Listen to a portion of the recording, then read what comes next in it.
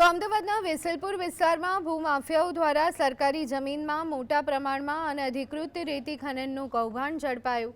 Lease ધારકો અને માફિયાઓ 25 થી 30 ફૂટ ઊંડું ખનન કરી અને રેતીની ચોરી કરી રહ્યા છે।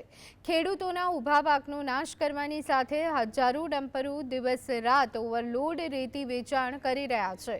ખેડૂતોએ પોલીસ, ખાણ ખનીજ વિભાગ અને મુખ્યમંત્રી સુધી રજૂઆત કરી છતાં કોઈ કાર્યવાહી થઈ નથી। વિરોધમાં ખેડૂતોને ખોટા કેસમાં ફસાવવાના આક્ષેપ છે। સામાજિક કાર્યકર હરીશભાઈ દેસાઈએ અધિકારીઓ અને માફિયાઓ વચ્ચે મિલીભગતના ગંભીર આરોપ લગાવ્યા। ખાણ ખનીજનો નિયમ 1 મીટર ખોદકામ કરવાનો છે।